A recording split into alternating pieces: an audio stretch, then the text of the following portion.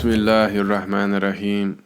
Walhamdulillahi Rabbil Alameen. Wa sallallahu ala Sayyidil Mursaleen wa ala alihi wa sahbihi wa sallam ajma'een. Greetings and peace to you and yours, wherever you may be in the cosmos. This is Baraka Blue, and you are tuned in to Path and Present Podcast. This podcast episode is with Dr. Abdallah Rothman. Dr. Abdallah is a specialist in Islamic psychology, Sufi psychology, Islamic models of the soul, understanding the self and its cures and its diseases, and how to attain the potential of the human state. And he's someone who I've had the opportunity to spend some time with, both in the States as well as in Abu Dhabi, where he is currently employed at NYU Abu Dhabi. We did some programs there together, and alhamdulillah, it's been an honor to make his acquaintance. We also spent time together in Istanbul. I almost forgot. So alhamdulillah, he's a really good brother, and he's doing great work, very insightful. He's really at the cutting edge, someone who is deeply steeped in the Islamic tradition, particularly Tasawwuf or Sufism, but he's also someone who is trained academically in psychology and in counseling and therapy. So I think this is a very fruitful and important field of inquiry, and he's someone who is really a leader in that field. He's also studied under Dr. Malik Badri, who is a previous guest and who is, in many senses, one of the great pioneers of this field. So, alhamdulillah, I'm very happy to have Dr. Abdullah as a guest, and I hope you enjoy this podcast. Before I give it to you, though, I wanted to thank everyone for supporting the podcast, for listening, for sharing, for making dua, and for supporting. I just wanted to thank some of our Patreon supporters who are making this all possible. You know who you are. I don't want to go through everybody's names, but we're very grateful for all of the people that support, and we have some very generous patrons who make this possible. So if you can, make a special dua, prayer, for everyone who is supporting this. As you know, this is ad-free podcast, so it's really made possible by your support. If you have the ability to support through Patreon, you can go to our Patreon page, patreon.com/pathandpresent, and you can support with as little as $1 a month, $5 a month, $10 a month, $10,000 a month, or whatever in between. And we're very grateful for that, because that supports the production of this podcast and allows us to bring it to your ears. All right, y'all. One love. Assalamu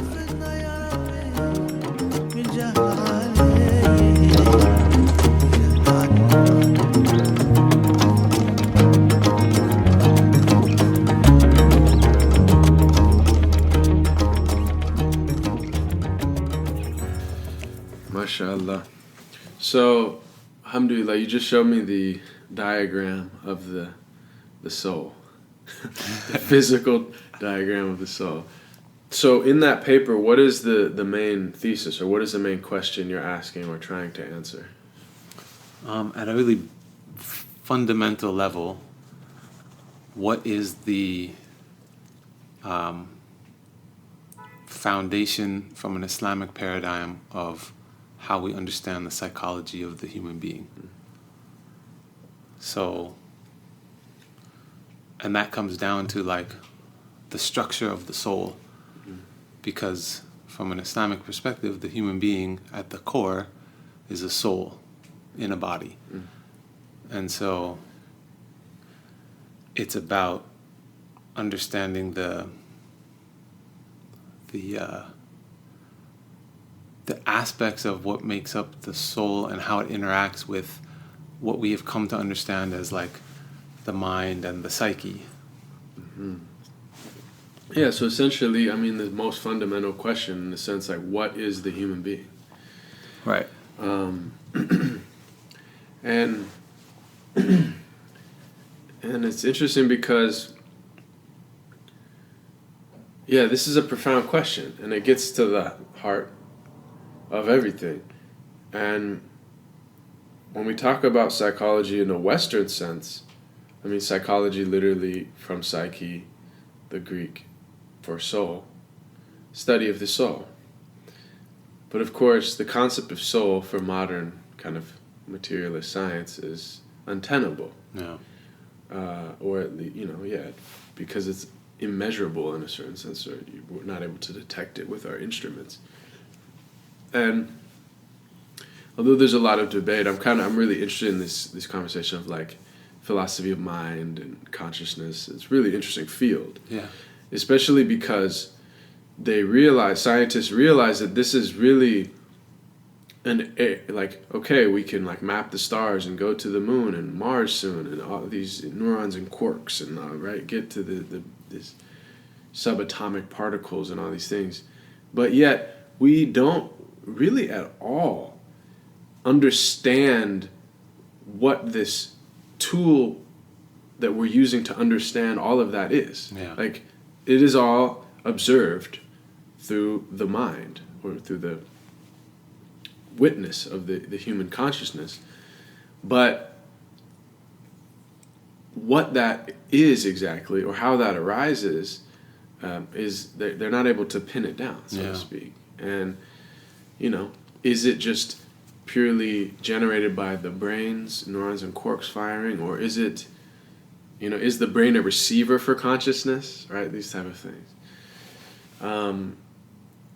But anyway, to step back and to get into this, so would you say that it's, how would you explain to someone who's unfamiliar with an Islamic concept of the human soul or the human being, what is a human being?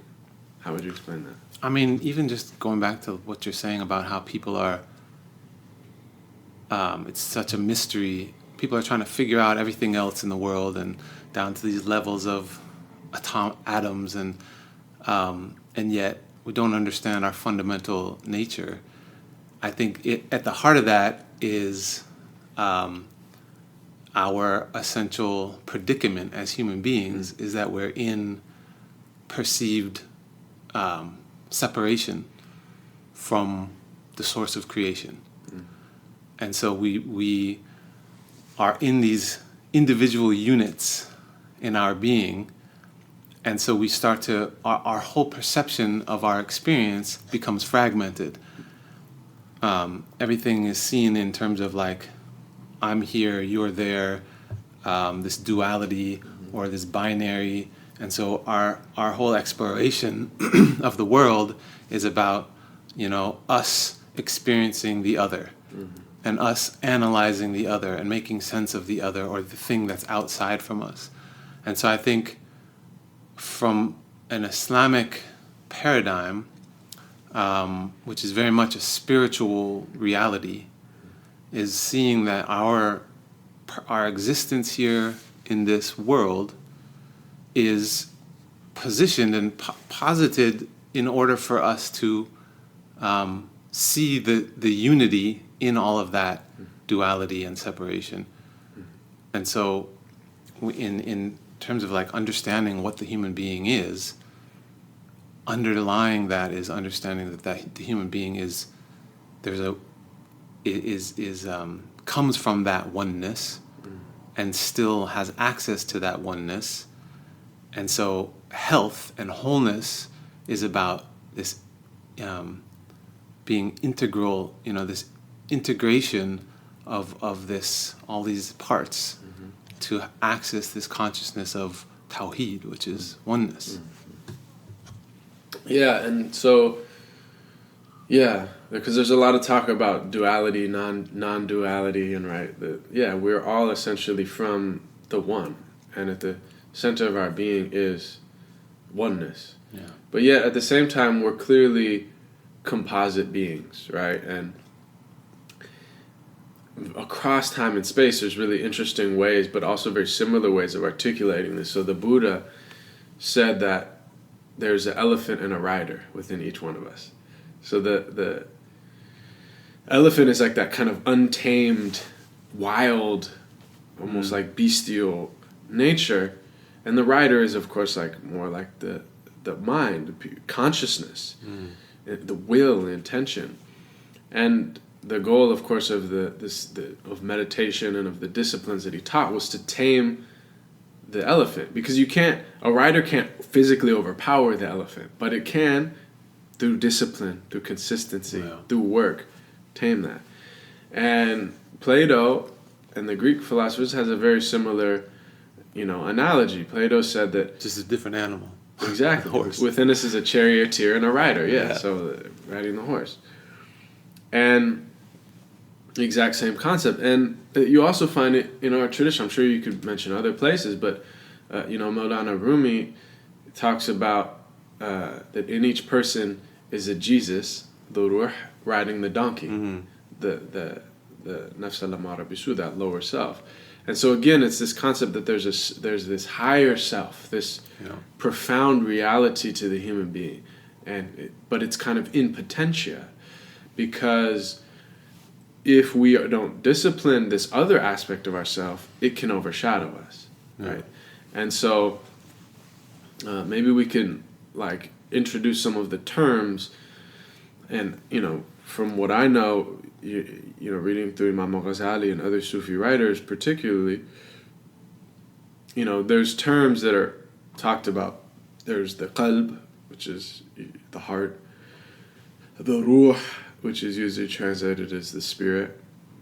There's the aql, which is usually translated as the intellect or the mind. And then there's the nafs, which is usually translated as the self, or the soul, or the ego. That one there's a lot of discussion about. But literally in Arabic means self. Yeah. So,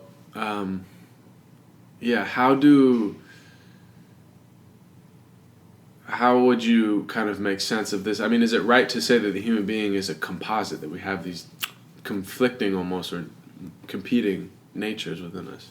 Yeah, I think so. And certainly from the writings of the scholars, which is taking from the Islamic tradition and primarily the Quran, these terms are used to understand these composite parts of the soul. But again, it comes back to the reason that those parts are there and that there is a composite is because of our existence in this life, in the dunya, right? So when we come into this world, from pre-existence, we are part of that oneness, and we witness the oneness of God. And so then when we come into this world, that's when this separation happens, and so things are fragmented. And so then it's understanding ourself in this world is where it becomes these composite parts. And so that's why you have the ruh is that original aspect that is connected to God from the beginning, the thing that was breathed into the human being and that has access to this pure part. This exists within the human being, but then now in this body, there is the nafs. And so, like you said, the word nafs is the self, or the soul. But then that can be understood as in this worldly experience, that is the experience of that individual self. But then you, within that individual self, there's still access to this higher aspect of the ruh. Right. And so the qalb is this intermediary point in between those two potentialities of the human soul that regulates or determines whether the person is in line with that pure self that is in witnessing that oneness, or is aligned with this lower self that is distracted by the dunya and is aware of the separation. And so the word qalb comes also the word taqallub is to turn. So the heart can either turn towards the ruh or turn towards the nafs. And this word aql, which is interesting because it's the one word that, would seem to have the most connection to psychology, because when we think of psychology, we think of cognition, and we often think of the brain in psychology. But from an Islamic perspective, the aql is not necessarily just a cognitive function in the way that we understand a mental process, because the word in the Quran, the word aql is not used. It's yaqiluna, which is an active form of, you could say, intellecting or perceiving. And so it's the heart that actually has this ability to perceive. And the way that we, like you said, the rider on the horse is using our faculties, using our ability to perceive, mixed with our intellect to learn and make choices using our will. We can choose to turn our focus or turn our qalb in a direction that is going to elevate us and develop us towards our higher potential, or get sort of stuck in this pattern of being ridden or that animal taking over. MashaAllah. Yeah, so you're referencing the kind of the pre-earthly realm, right? In the Quranic narrative, that the human being is a composite in the sense that we're made of clay, we're made of earth. Yeah. But then we're breathed into by Allah, Nafas ar-Rahman, the breath of the All-Merciful, and that breath is our ruh, is our spirit. So even in the sense of breath, which is amazing, which it's like this intimate, connected part of, it's not, your breath isn't you, but it's not you also, right? It has this kind of mysterious connection with you. So each one of us, that's our true nature. And you're constantly, it's like this give and take, because you're breathing into you, and then you're exhaling out of you. There's this constant connection between the inner and the outer. Beautiful. And then there's this, in the Quranic narrative, there's the plane of Alastu bi Rabbikum, which all arwah, all spirits, are in the divine presence, like you mentioned, witnessing in perfect peace, in unity. And Rumi talks about it as being like a river, and we're all reed beds that grow in the river. Like, this is where we're from. We are, each an individual reed, but we're part of this great river and we come forth from it.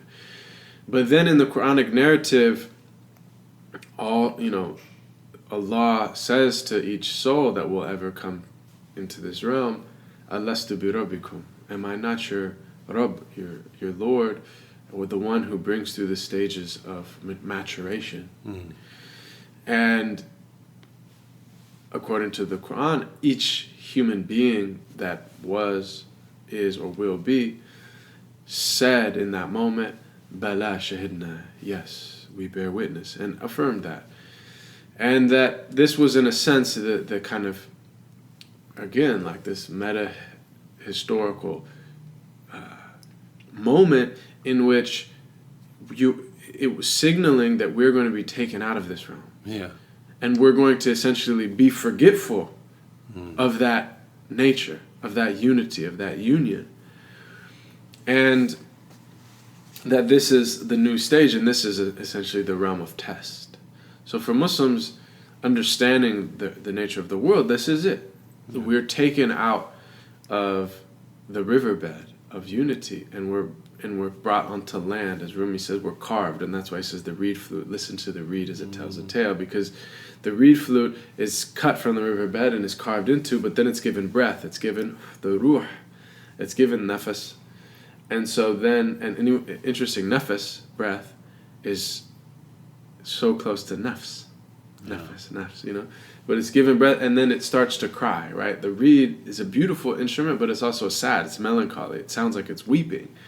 And in that he heard its desire to return to the riverbed, to Alastu Birabikum, to the divine presence. And so each one of us is essentially born wailing, born in the into duality of all of a sudden, into separation, and yearning to return. And so, I mean, it seems like that the whole point of Islam and the whole point of messengers being sent is to help people reclaim that unity, to reconnect with their true self, and to re-access this. And it's remembering our real identity and what it means to be as a human being.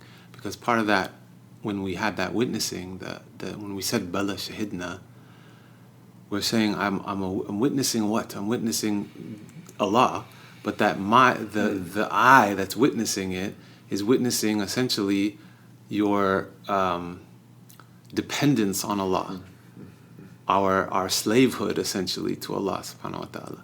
And so our nature is to be in service or in servitude of something. That is, we're hardwired to serve. The reality is that we are a slave of our Creator, but when we come into this forgetfulness, we're still hardwired with that mechanism that makes us serve, but then without that breath, without that coming back to remembering and cleaning out this veil that's over us, we wind up serving something else. So we'll serve our own, desires, or we'll serve another human being, or we'll serve a political agenda, something. We're hardwired in this way. So I think the thing that you said, like the prophets come to remind us, is cleaning out our heart, because that's the thing that turns one way or the other, in order to align that true identity of who we are, so that we can be the right type of servants that we're supposed to be, serving the Creator rather than the creation. And I think this breath is almost like, I see it as a purification process for cleaning out the heart, so that it can connect with and that witnessing. Because when you breathe, where are you breathing? The act of breathing is in the chest, in the same place where the heart is, the center of your being. So I think breathing is a really important part of ibadah, essentially, that people don't realize. I think we take it for granted as we breathe just enough to be kept alive, rather than breathing with life. So, I want to get into how, putting this in conversation with modern psychology a little bit, but I think it's important to mention that, one of the beautiful things that the Prophet ﷺ said, he said, that the outward battles against, light and dark, or good and evil, is actually the lesser battles. The greater battle, the greater struggle is within each human being. There's, said to his companion after they were leaving a battlefield, he said, "We've just gone from the lesser to the greater battlefield." Yeah. And he means the battlefield of the self, the battle that is going on within each of us. And this is the battle essentially between these two poles, this composite nature. In a sense, like you say, we have that nature which is pure light, and which pulls us higher and yearns for the divine presence, and is completely selfless and completely in service of truth and beauty and love and goodness.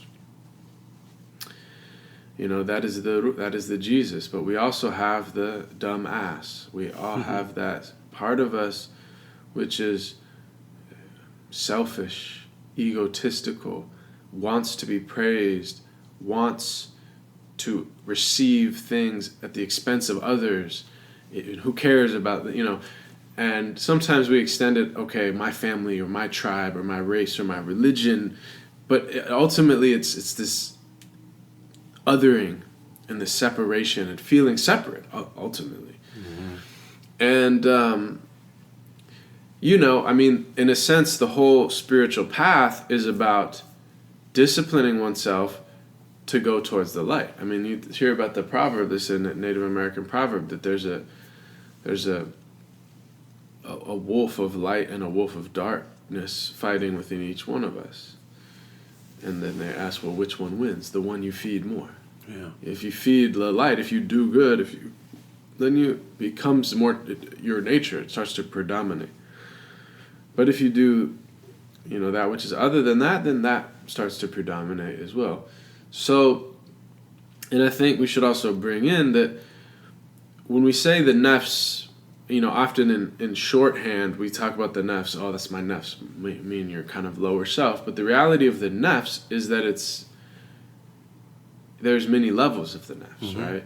And the basic three are the nafs al-amara bisu, or that soul which commands to evil. That's the kind of lower self, right? Which is pulling away, right? It's commanding, actually. It's like, you know. And then there's the nafs al-lawama, lawama is difficult to translate. It's sometimes called the reproachful self, but I think really to understand it, it's kind of like what we call in modern times the conscience. Yeah. It's that which is like calling you to account. Regulating. Yeah, it's like, no, leave that last piece of pie for the other person. Or, you know, like it's really just checking, it's trying to check, you know, that lower self, which is pulling you to complete egotism and selfishness. And through righteousness, through submission, through self-discipline, through following the commands and prohibitions, that voice gets stronger until it starts to predominate, and then eventually you get to the nafs al-mutma'inna, which is the soul at peace, or the tranquil soul, the tranquil self.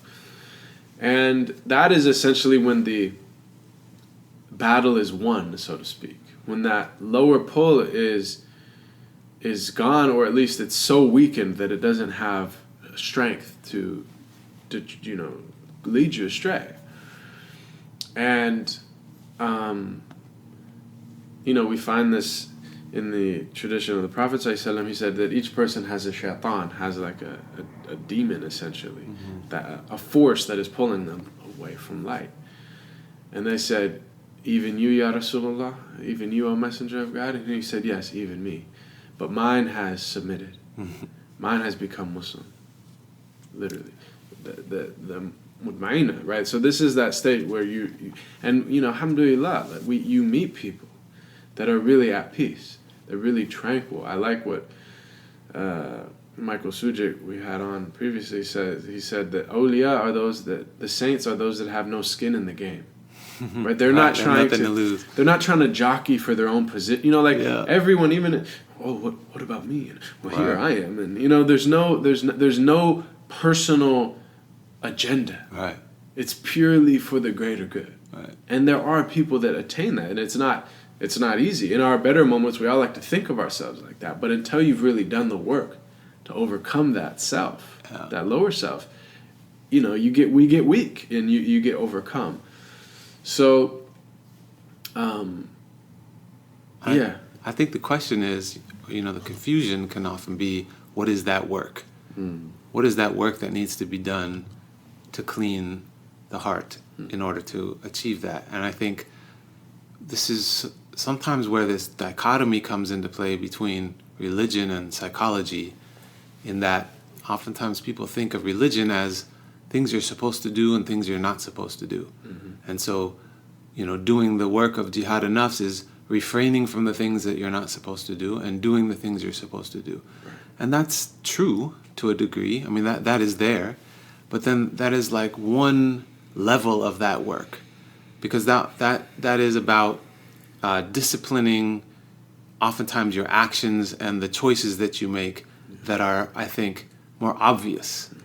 But then there's so many more subtle levels of the things that we need to be cleaning that comes down to not only intentions, but experiences that we've had. So this is where this process of what we come to understand as psychology, of like understanding these depths of how our life experiences have somehow perhaps even damaged our psyche and our way of interacting with things. And so, we understand that people have patterns that play out in relationships, where you'll, oftentimes that's why people go to a therapist, is because they have relationship problems. And it's like, well, I have to figure out, what's wrong. And this jihad nafs is understanding, why do you react the way that you react to this person or this scenario or this situation? And that's a lot more difficult to sort out than just staying away from the haram and doing the halal, because that's the basic things. But then on a detailed level of who you are as an individual, it's understanding your own your own personality, of how you react to things, so that you can uncover where the details are that you need to clean in your heart. And that's about having self-awareness. And that process of really reflecting on watching yourself, watching how do you react to things, what happens in your heart in certain circumstances, so that you can uncover these layers that you've covered over on your heart. Essentially, we get these like black spots on our heart where we've veiled, or there has been a veiling process that's happened between ourselves and Allah, and we're disconnected from that witnessing. And that can be everything from traumatic events that were not a result of your will, they just happened to you. But then that doesn't mean that you don't have work to do with those things, because they're all things that were created in your life by Allah subhanahu wa ta'ala for you to work, for you to work out, to work through. And so it's understanding this process of working through these things is really what I'm calling Islamic psychology, but really I think is the psychology of Islam, or it is what Islam positions us to do. But we have come to, in the modern world, understand that as a separate thing, as something that is more familiarly termed in the realm of psychology or psychotherapy, when it needs to be part of that jihad nafs process. Yeah, I heard someone say something that I thought was really useful, that traditional peoples, if you look across the world's wisdom traditions, they believe that like human beings need a continued education and a continued discipline. And it was Alain de Botton, I think. He wrote this book called Religion for Atheists. And he's an interesting philosopher. He's an atheist, but he says, unfortunately, we secularized badly. He said religion gives so many good things to people, and he's like bemoaning what they lost. What's lost. It's like throwing out the baby with the bathwater. And he's an interesting thing, but one thing he said about that is he was like, modern people just assume that, yes, okay, children, they need discipline and remedial things and about behavior, but once you're an adult, you're supposed to just be set. You're supposed to have it all figured out. Right. And if you don't, or if you need guidance, or if you need to talk to someone about then there's something actually really wrong with you. But traditional peoples, how he put it, he said they said basically we're all just barely holding it together, and we need we need guidance, we need assistance, we need community, we need teachers, we need masters, we need You see what I'm saying? And I think, there's this idea in psychology that it's like, oh, there's something really wrong with you and you're maladjusted, or are you just a normal adjusted person, right? And it's like, we talked about this off mic, but in the Islamic perspective, it's like normal is the Prophet, sallallahu alaihi wasallam. Normal are the prophets. Normal are the saints and sages. In the sense that if we talk about normal being healthy, whole, the ideal, complete, it's ideal normalcy. But within the Islamic tradition, and you could say this for every tradition, people are striving to reach that. Their goal is sanctification, is sainthood, is enlightenment, is completion, even if only a number of people ever actually reach that stage. And it's not just lowest common denominator, like, oh, well, I'm able to function and go to work and right. Yeah, and that's often what psychology in the modern world becomes, and psychopathology is whatever is getting in the way of functioning. And functioning is usually determined as sort of being plugged into this capitalist system of, going to work, saying things that don't freak people out, that fit into the norm, and then, going and having a comfortable life. Whereas if the goal is development of the soul, then comfort is not necessarily the goal, because comfort does not necessarily usually means that there's not growth happening at that time. It means you've reached some sort of homeostasis. Right. And if the goal is to reach this, what we're calling this ideal normalcy of this prophetic image of what the human being potentially can be, that means you need to be constantly shaking things up in order to break through the next level so that you can grow, and not necessarily just be removing symptoms, because often, if we look at it differently, those symptoms are information, they're signs of what to look at and what to tune into that you can break through or grow through. So this, like you said, this notion of continuing education, it's tarbiyah. Yes. Tarbiyah is an essential part of Islam. It's training your nafs, essentially, training yourself in this developmental process of growth, which from what we learn in the Islamic tradition, you can't do that alone. You need a guide.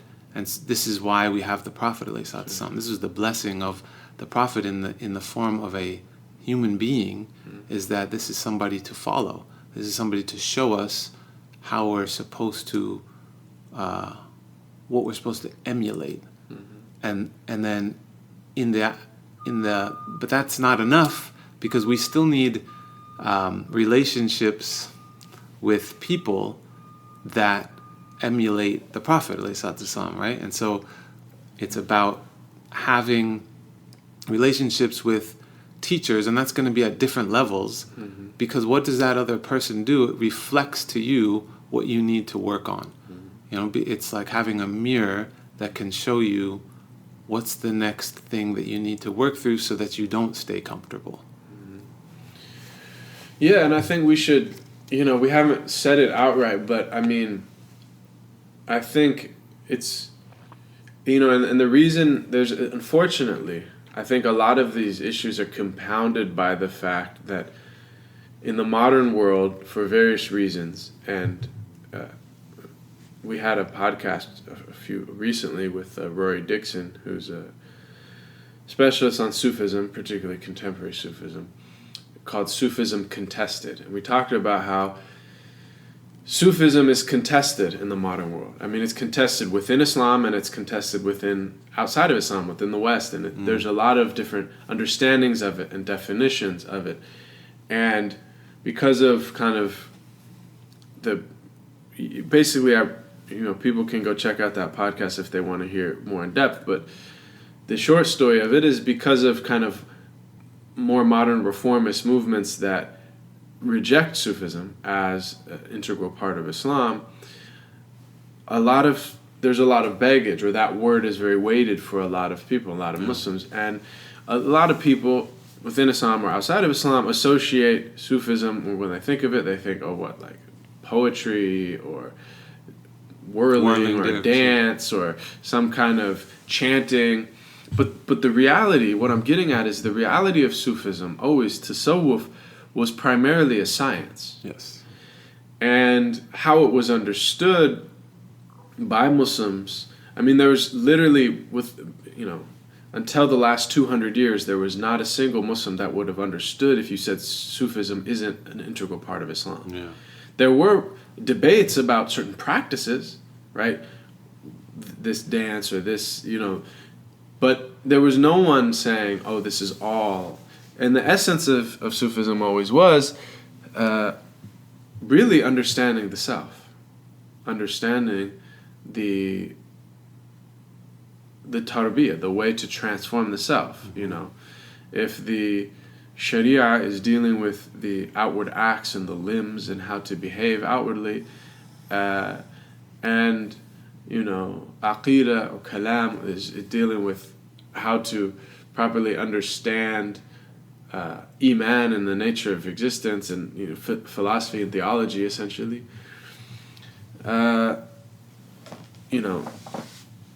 Ihsan, or beauty and spiritual excellence, is really the domain of tasawwuf, Sufism.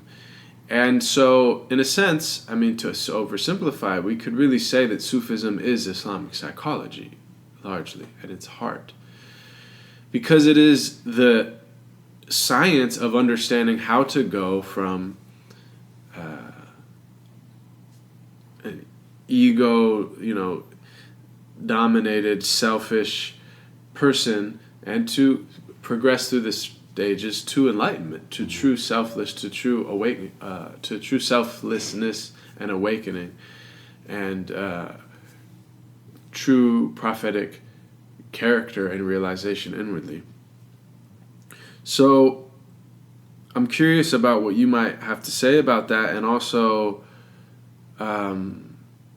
is that difficult in our time just because, if you agree with me, but then also if you think it's difficult to kind of even discuss this because of the way that a lot of Muslims, have misconceptions about Sufism now. Yeah, I think it's important to understand what we talk about when we say Sufism, because essentially there's tasawwuf, like you said, the science of the soul really is what the knowledge that's there, and then there's tariqah, which is what people have come to understand. There's lineages of people who follow a sheikh, and there's within that, when you have anything that becomes about subsections, right? So just as with Islam, you can say, people say, well, when you try to define Islam, you talk about Islam, people say, well, which Islam?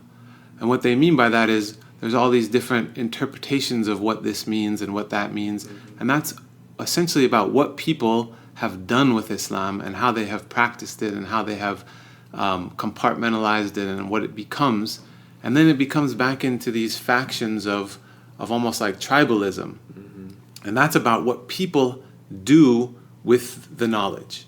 Because really, Islam is from Allah, and it's the religion that the Prophet ﷺ brought, and there's one Islam. There's different ways of people's understanding and what they have done with it. So the same goes for tasawwuf. Tasawwuf is a body of knowledge within Islam, and then there's like all of these different tariqah, which some stay true to that knowledge, and there has been deviations, and people focus on those deviations for defining it.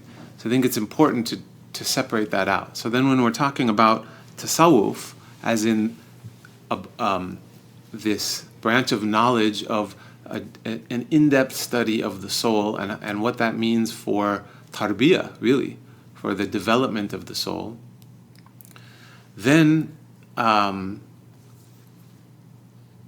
it's recognizing, like you said, can we consider Islamic psychology essentially tasawwuf? In some ways, yes. I would say in theory, yes, because the knowledge of what we have come to understand, what we learn from the Islamic tradition, from the Quran and the Sunnah, of what the soul is, how that is understood in relation to Allah, and where we're going in this trajectory of life. That knowledge exists and has been really beautifully explained and hashed out by a lot of scholars, and that is definitely within the realm of the science of tasawwuf. But then when we talk about Islamic psychology, for me, part of that is theory, understanding theory, and from that aspect, I think that you could say perhaps that's all there in tasawwuf. But then when we're talking about applying that in something like psychotherapy or applied psychology, where it's operationalizing or maybe just even interpreting those frameworks of how we understand human development into practice of how you walk somebody through development, I think there's modern developments of how we develop the practical part of that makes sense to human beings today.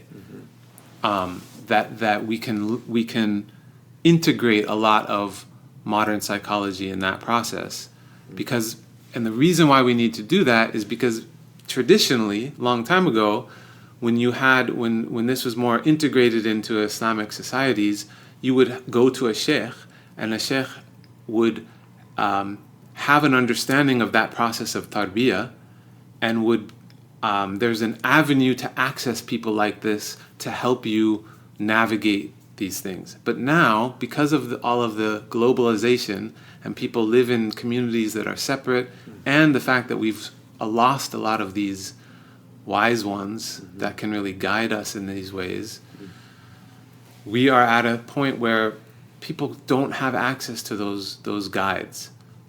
But that doesn't take away the fact that that relationship of having somebody mirror to you what you need to see about yourself is still an essential part of how we grow and develop. And so now we're at a point where we need to come up with solutions to getting people to be able to access this type of guidance in a practical and realistic and sustainable way, which means, I think, learning how to apply some of these concepts of tarbiyah and like tasawwuf and understanding the soul in ways that are practical applications for something that like people can learn to do. People can learn to be in these positions of guidance. It doesn't mean they're going to be at the level of a sheikh who has traversed these paths of the soul to these deep levels. But it's understanding that there's a different scope of psychology that can help people get to like a point of equilibrium. So it's not just removing symptoms and plugging back into that same capitalist system of being comfortable. And that's what makes it Islamic, is understanding those symptoms as potentials for growth and having the soul be a part of that process. But it's about, reformatting it into something that makes sense for the times that we're living in now. Yeah, and for the psychology of the people, like, the Western people are very different. I mean, we live in a very different age, and I think, I think anyone who's a Westerner who's thinking about, an Eastern tradition in the West, it's not just about taking it wholesale and putting it here. You have to really think about how is this going to manifest for the people. Absolutely. Yeah, and that kind of brings me, I'd love to ask you, about just some of your thoughts on this, what you're saying, as far as the, for modern people. And, one thing it brought up when you mentioned this is I thought a lot about the Buddhist community. I have many friends in the Buddhist community, Buddhist teachers, and in many ways, they're very much ahead in the sense of an Eastern tradition that comes West, and many of the people that have studied Buddhism or studied with the great traditional masters went on to get degrees in psychology. I mean, a lot of the biggest most prominent Buddhist teachers in America, in the West, an overwhelming majority or number of them are trained in Western psychology as well, have degrees and you know. So I think that's fascinating. And I think they're able to integrate and bring some of the depth and profundity of their tradition into the modern world in ways that speak to people. And so I'm just curious what you think about that vis-a-vis, you know, Islamic psychology, tasawwuf, you know, in conversation with modern psychology or psychotherapy, and some ways that knowledge, that tradition can serve and be beneficial. Yeah. I think, I hope that I think we're moving into this time with this, there's a lot of excitement and focus on the development of Islamic psychology. And primarily I think that starts with the Muslim community, but my hope and my real passion is to have these developments turn into something that can be utilized and beneficial for non-Muslims. So where people start to look to the Islamic tradition for this knowledge of the soul, essentially, which is applicable for human beings in that same struggle. How we make sense of it in terms of our theological orientation, it gets into other details. But there's plenty of people who are benefiting from Buddhist concepts that are not Buddhist and don't want to be Buddhist. But they really appreciate the way that it's been presented. So like mindfulness is an example that is, you hear it everywhere. I think there are some fundamental things about Buddhism that make it, that people tend to be perhaps more comfortable with it, or they see it as being more approachable because there's this understanding that there's not a theistic relationship. And so I think for a lot of people in the West, there's this fear of God. And I think that comes from because of what people have seen people do in the name of God. And so that gets removed from the equation. Now, I think there's a whole nother podcast or conversation of how real, what the reality is of whether Buddhist philosophy has that element in it or not. But the way that it's talked about, the language, the experience of Buddhism very much leaves more room for people in that way. And I think that Islam is seen as, even when you just say the word Islam, there's so much connotations that we now collect in the collective consciousness, have people attached to that, and it becomes this, it's religion, and it means this one thing over here. And so it's unfortunate because I think that keeps people from accessing the same potential and benefit. But I think there's some easy crossovers. Like, for instance, I've been talking a lot and doing workshops on sort of reinterpreting mindfulness, and I call it heartfulness. Beautiful. Just because that shift in language highlights the shift in what our focus is from an Islamic paradigm. We're not, the mind, the conception of the mind is different. And so we're not only just centering ourselves on clearing thoughts, but it's really bringing awareness into this heart center.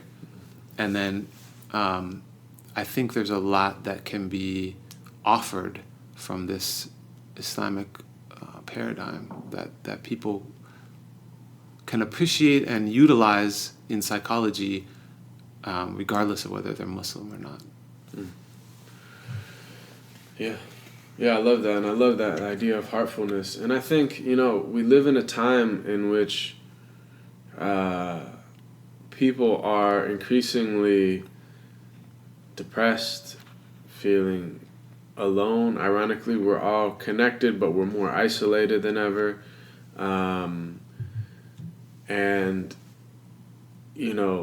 just conversations around wellness, self-care.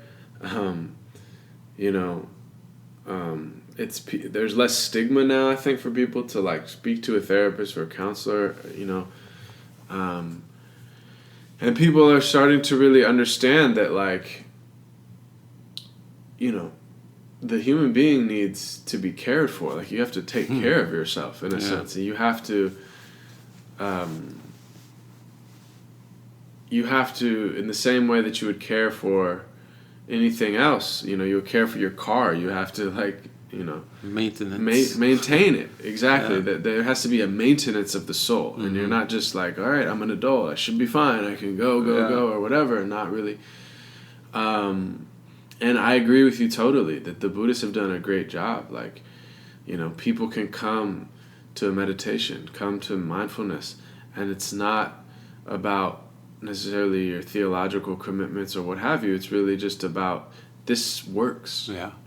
It's an accessible tool. This helps you be, and also the yogic tradition as well. Similarly, like, yoga is so popular because it works.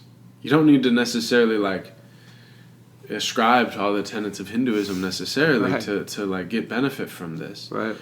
And I think there's so many like medicinal aspects of our tradition that we haven't necessarily felt free to like, well, let's heal people.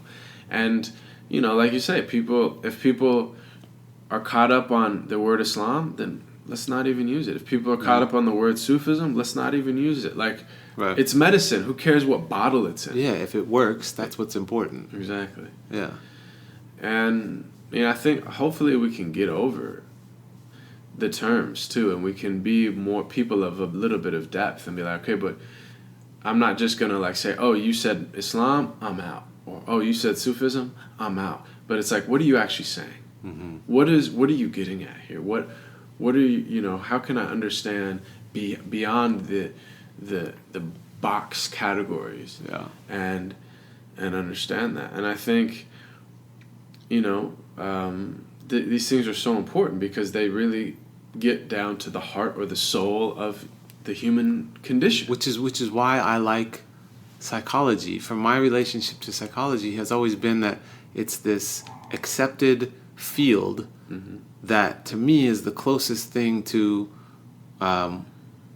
what religion deals with. Yeah. Development and understanding the self and the soul. And so this is actually why I went into psychology from the very beginning, is that really I was interested in spirituality and the development of the soul.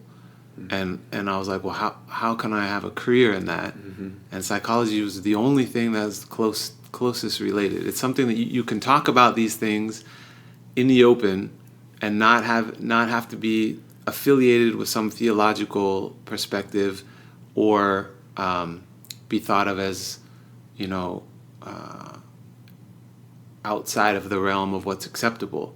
Mm-hmm. And so that's why I like using this language and format and framework for psychology, because I think it's something that everybody needs. Everybody has the experience of having psychology or having, like the dynamics of the human being, and then problems that get in the way in that human experience and trying to sort them out.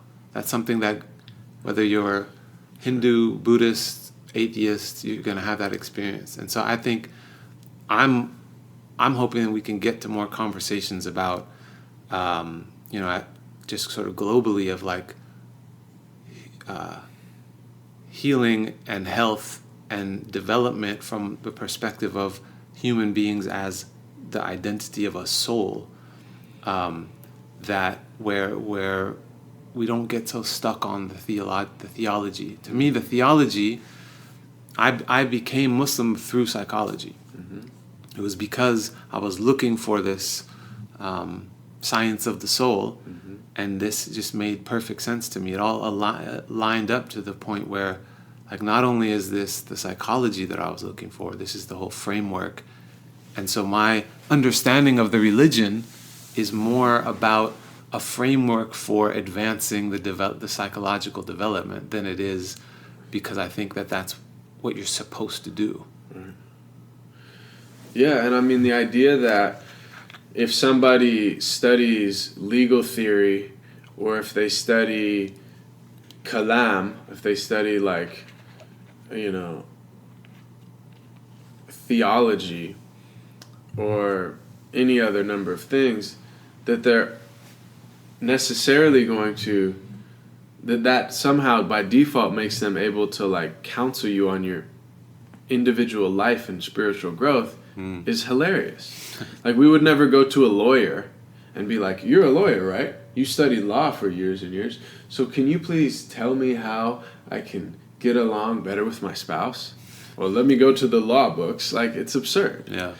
But yet, people that study Islamic law, that, you know, scholars of the sacred law, people assume, oh, well, you're a scholar, or you can recite Quran, or you know what I mean? Like, you must, and like, those are obviously important fields. But the point is like, unfortunately, we have this idea of like catch-all, right? Oh, the imam or the sheikh, they can do everything, right? And the reality is, and I know because a lot of my friends are the kind of like younger generation of scholars, right? And that many of them have amazing training, 7 years, 10 years in Al-Azhar, and, you know, Syria, and Hadramaut, or all over the place. And they have specializations, and they have a lot of knowledge. But the idea that necessarily that's going to translate to this science. Yeah. And that's why I really believe, like, I believe tasawwuf, I mean, we have to call a spade. Like, this is the science of the self, you know, and understanding the soul. And I think, unfortunately, in mainstream Islam, it's been taken out of Islam. Yeah. And so if you take the science of the soul and understanding the self and the heart and its diseases and its cures and its pitfalls and its tarbiyah and all this stuff, and you just take that out, well, of course you're going to have complete dysfunction. Mm-hmm. And of course you're going to have sickness. And of course you're going to have instability and imbalance. I mean, you took out the thing that cures all that. Yeah, it's back to that fragmentation. The very beginning of this conversation, we talked about the human experience is, we're focusing on these parts. And, you know, people's relationship to the knowledge, which is supposed to be guiding you towards this integration of wholeness of understanding, that also becomes then separated out. And people's relationship to the knowledge becomes an intellectual exercise. Yes. And really the intellectual aspect is one avenue of knowledge, you know. The knowledge of the experiential knowledge is I would say more important, but not to discredit the intellectual knowledge, because you need that in order to guide that experiential knowledge. But if you cannot divorce the experiential aspect from it, otherwise you wind up with a shell of what was meant to be there. Yes. From the beginning. And so when we talk about tasawwuf, like the real shayukh of tasawwuf, which there are unfortunately very few left, did have both of those sides of the coin. Yes. They had the knowledge of the law, the letter of the law, and they had the deep experiential knowledge, to the degree that I've seen shayukh who can tell you every hadith transmission and all of the, you know, book knowledge, and yet they could guide an individual based on what that individual needs, and knowing what is in the nature of their heart and soul, to tell them the information that they need to advance one level on their journey. Yeah. And that is the skill of a counselor, of a psychologist. Right. You know, understanding the psychology of the human being, and how do we deliver and interpret this information, this maybe even religious knowledge, in a way that's going to make sense and be able to be utilized as medicine for what this person needs to advance on their path of becoming more whole. You know, it's like applying that Islamic knowledge as medicine. And this is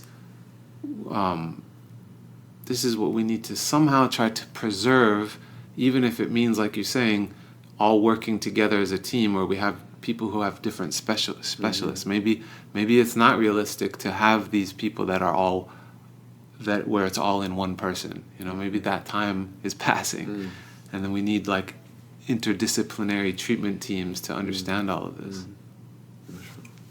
Yeah, I mean, you've been generous with your time, so we should probably come to a close. But in closing, I'd love to hear, you know, what you're hopeful for, like, you know, moving forward, you know, kind of best case scenario, what psychology and Islam and Islamic psychology, you know, what do you think this conversation or this merging or this discussion can be, or what are some hopeful things that can come out of this for people in the 21st century? I think first of all, as a Muslim community, putting more intention, efforts, and resources behind like canonizing this knowledge and understanding how that Islamic knowledge needs to be understood in application. You know, we need to come together and I think embrace this development of Islamic psychology, where scholars who know the knowledge work together with people who are, know psychology, and develop this way of understanding how our religious path can actually be applicable for healing, and for healing on an individual level and as a community. But then, once we've made some headway, which I think we already are, I think it would be nice to have a larger community behind it more, and be more aware of it and support it, because I think it stands to benefit everyone. Then, my hope is that we are able to, the reason I say starting with the community is I think it's important to know where you're grounded in, that this is Islam. We're not deviating from Islam. It's Islam. But then once that foundation is set, and we know what is Islamic psychology, then it's about offering to the world what can be benefit from in terms of healing and understanding this knowledge of the soul that comes from our tradition, and being able to offer it to the world in ways where, there's more books written about this science of the soul and how it can apply to just helping people, and that it doesn't necessarily have to be completely seeped in theology. There's parts of it that are useful for everybody. And then if people want to connect with your work, where can they find you? And I know you have like that paper, which I believe was your dissertation, right? Is that available part of online? My dissertation? Yeah, so it's available online. It's toward a framework for Islamic psychology and psychotherapy, an Islamic model of the soul. Okay. So it can be found on, you can Google it. Okay. I'll put a link, inshallah, in this. So and then I have another article coming out that's the second part of that study, which is taking that framework and putting it into practice. So looking at what does that model of the soul look like in terms of practical applications for helping people develop. And then a lot of that work is the foundation of work we're doing in the International Association of Islamic Psychology, and that website is islamic-psychology.org. Okay. Bismillah. Alhamdulillah. Thank you, bro. Yeah, thank you. It's been a pleasure. Alhamdulillah.